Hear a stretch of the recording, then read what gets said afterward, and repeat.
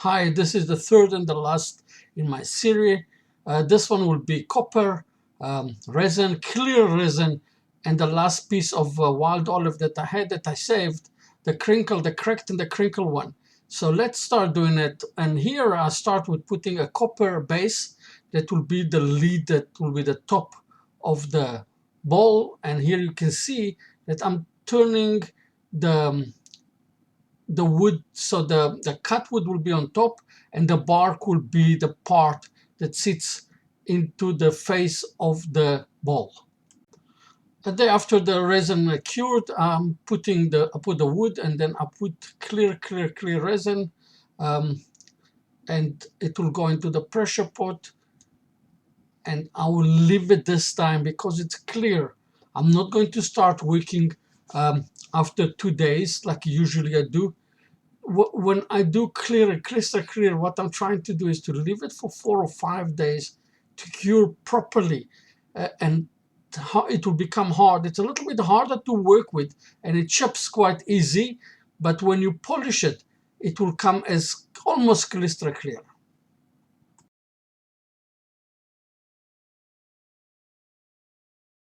And that's how it looks like. You can see the resin, it's almost crystal clear. And what I'm going to do now, I'm going to square it. Square, so I can put it on a table, and then I can drill recess on the other side. I had few incidents on this project. I made some mistake that I had to fix later, and whoops, that was another one. That was the first one, and here it is again. What happened was that I was too close to the tailstock, and it just jumped out. So I had to redo it, refix it, and put it back again. And now it's square, and I can put it on the table and drill the recess. Here it is. You can see that I drilled the recess. I like to work with recess, and now I'm going to turn it around, and I'm going to start doing the shape that I want to do, slowly.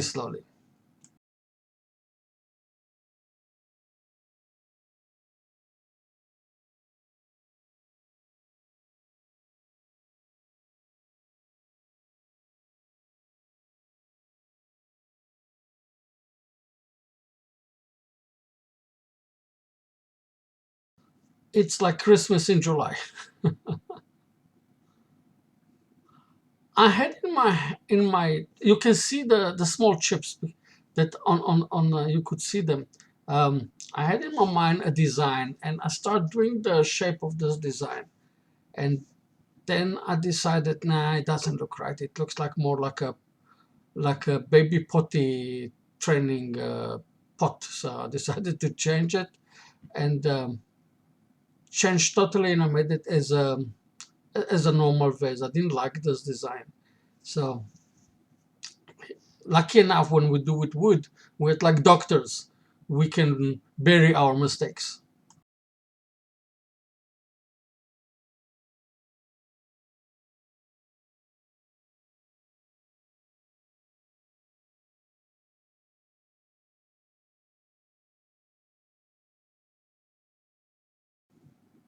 I'm creating the base. I'm making the base a little bit wider so it will sit nicely and steady and solid.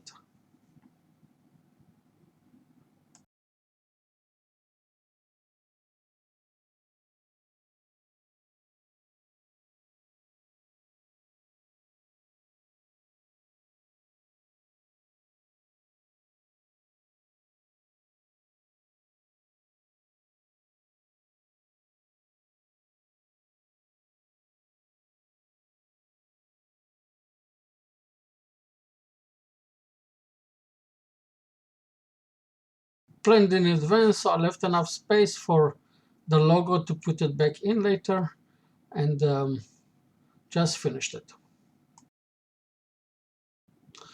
And here I made the second mistake. You will see where I'm pointing with the arrow. I didn't think about it. I didn't think clear about it. And that's resin and the wood.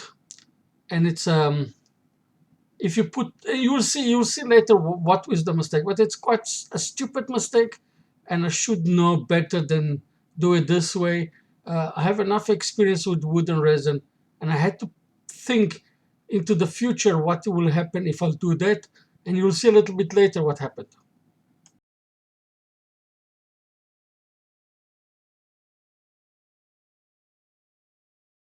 Some of you are probably already saying, yeah, I know exactly what's going to happen. It comes with experience, and I don't know, it was so stupid to do it and not to think in advance and maybe make another plan.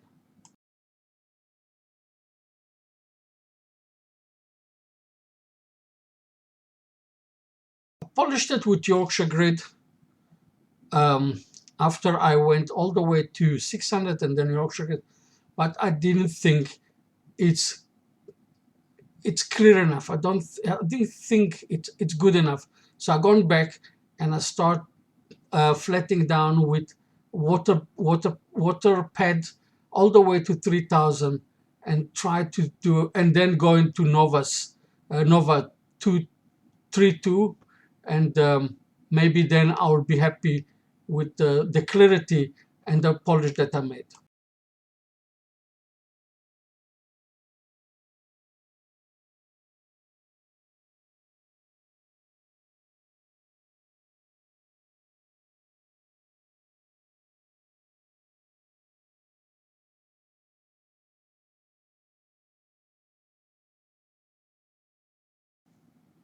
Now this one looks much better now. The visibility, the clearness of the resin, it's really good. You can see it here. And then for the wood, it's Obi shine juice, wild olive Obi shine juice, and it doesn't actually harm the polish that I made on the resin.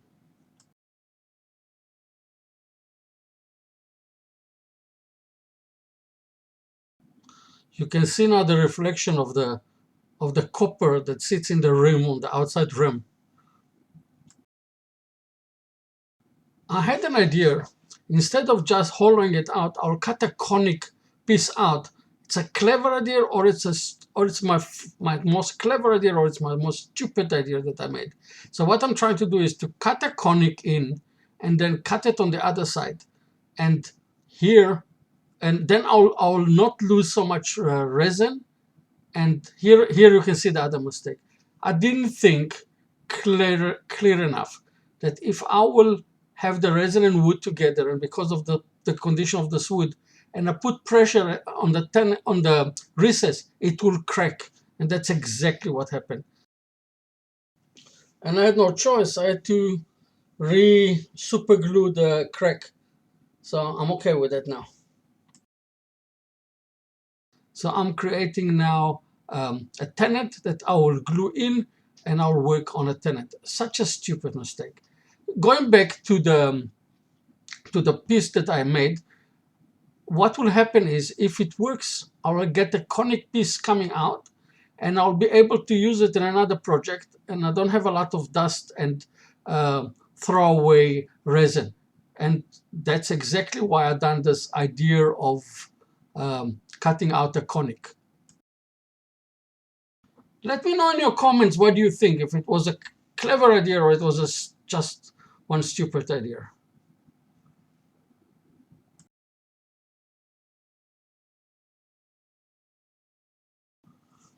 This piece that came out now, I'm going to use in a future project. One day, I'll put it in another project.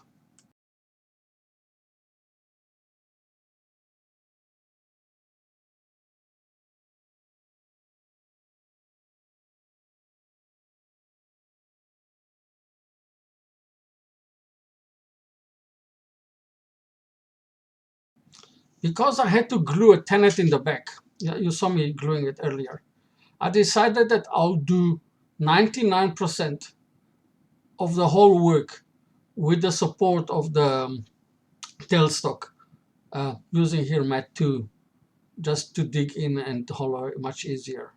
And sorry, and then just in the end, I'll take out the support of the tailstock, and only then I'll remove it.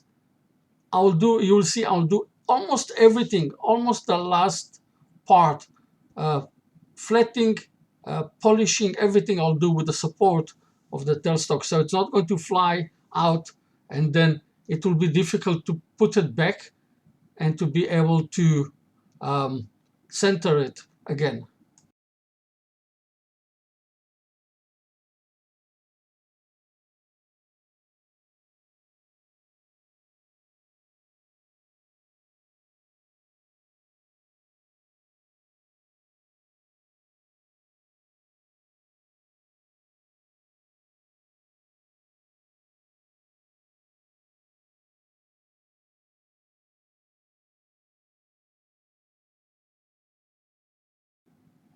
Usually, as usual, I'm going from 150 all the way to 600, and in between, I'm cleaning it with alcohol, and then I'll go back to the water polish. The water sanding with water, the pads, and then of course Nova 3.2, and then I'll go and cut the center.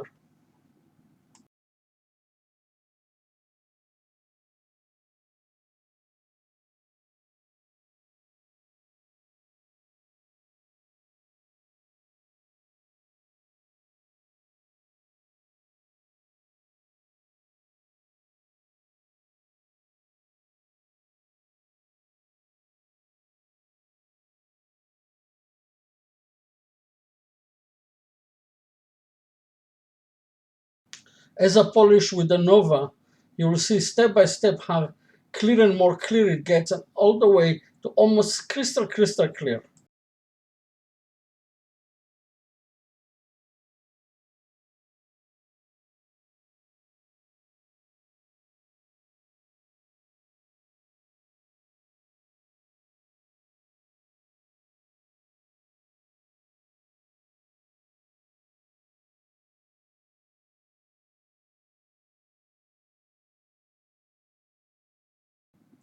Sorry, I just couldn't find this clip where I'm polishing, but here I'm jumping all the way to Obishanjus for the wood. After turning it around, to remove the tenon was easy because I just glue it on the outside of the ring. So the inside was loose, so I just had to cut the outside and just with the triangle tool just to remove the ring where I glue it on. That was the easy part.